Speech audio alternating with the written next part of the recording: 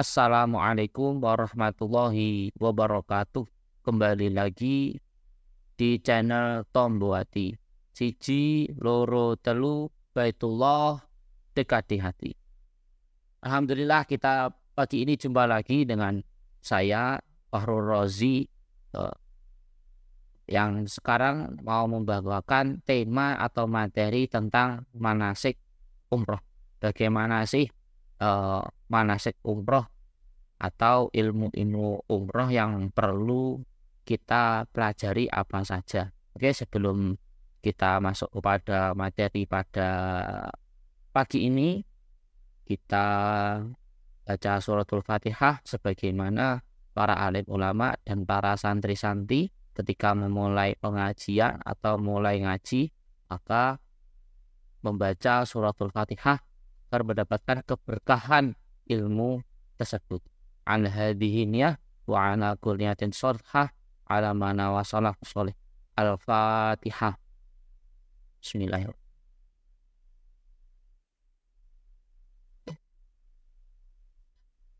Alhamdulillah sudah selesai. Mari kita mulai materi atau tema pagi ini, yaitu diawali dengan niat tentunya ya, karena semua perbuatan harus diawali dengan niat. Tidak terkecuali dengan umroh ini harus ada niatnya, yaitu niat rukun yang menjadi rukun yang pertama, yaitu rukun umroh nanti ada 4. 1 niat, 2 tawaf, 3 sa'i, 4 tahalul, dan mungkin tambah 5 yaitu tertib. Jadi tertib, gak boleh bolak-balik. Oke, kita bahas satu-satu dulu. Yang pertama tentang niat. Niat umroh ini tidak sama dengan niat ibadah yang lain. Karena apa? Niat umroh sudah ditentukan tempatnya.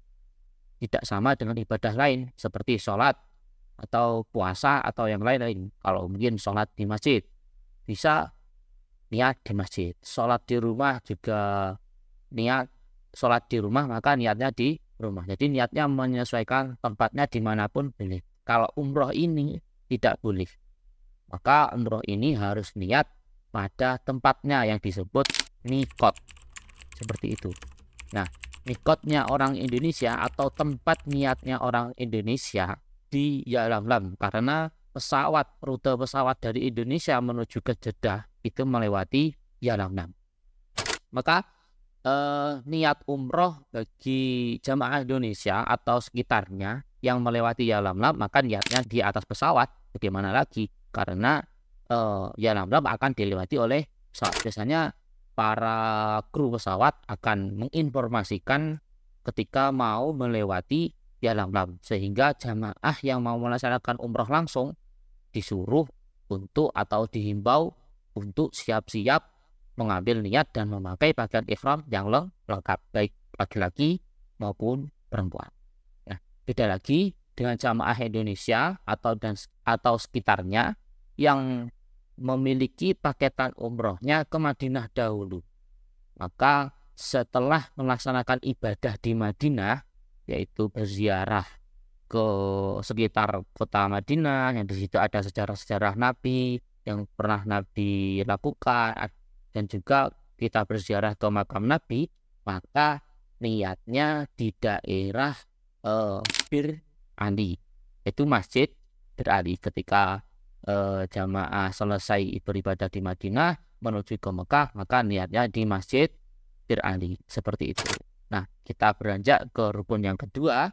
Apa itu? Yaitu tawaf.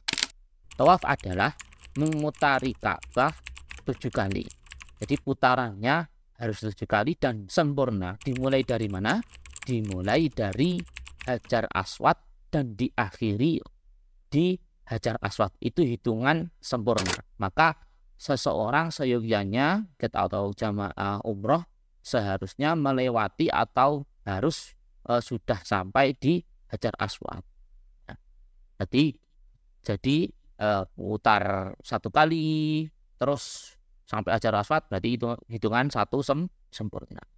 Terus sampai 7 kali. Jadi di dalam kitab diterangkan bahwa harus melewati Hajar Aswad dengan sempurna seluruh bagian tubuh.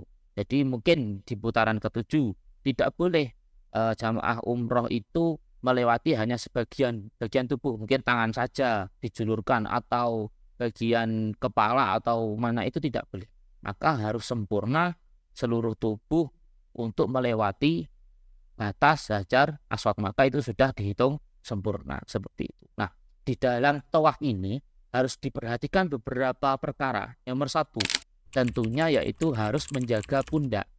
Jadi pundak kiri harus sejajar Ka'bah. Yang kedua, kita harus jaga kesucian, karena di dalam tawaf disyaratkan harus suci. Maka ketika ada jamaah umroh yang kentut atau lain-lain, maka harus jujur, harus memberitahu kepada mutawif, terlebih jamaah umroh yang belum pernah umroh, maka harus memberitahu kepada mutawif atau TL-nya, Pak, mohon maaf, saya putaran ketiga kentut. Nah, agar supaya dikondisikan bagaimana nanti jamaah mengambil wudhu lagi dan kembali tawaf, melanjutkan hitungannya seperti itu. Jadi jangan diam saja. Kalau mungkin ada jamaah umroh yang ketika tawaf itu batal, kentut atau yang lain-lain seperti itu. Kalau untuk senggolan kulit atau persentuhan lawan jenis, itu nanti kita bahas di segmen berikutnya, karena ini pembahasan sangat panjang. Kita kali ini membahas manasik umroh secara singkat saja. Jadi teman-teman biar mengetahui apa saja rukun umroh. Nah, jadi rukun ini kan harus dipenuhi semua. Oke, kembali lagi kepada tema. Melanjutkan rukun yang ketiga yaitu sa'i. Sa'i itu apa? Berjalan dari Bukit Sofa ke Bukit Marwah. Sebanyak berapa kali? 7 kali juga.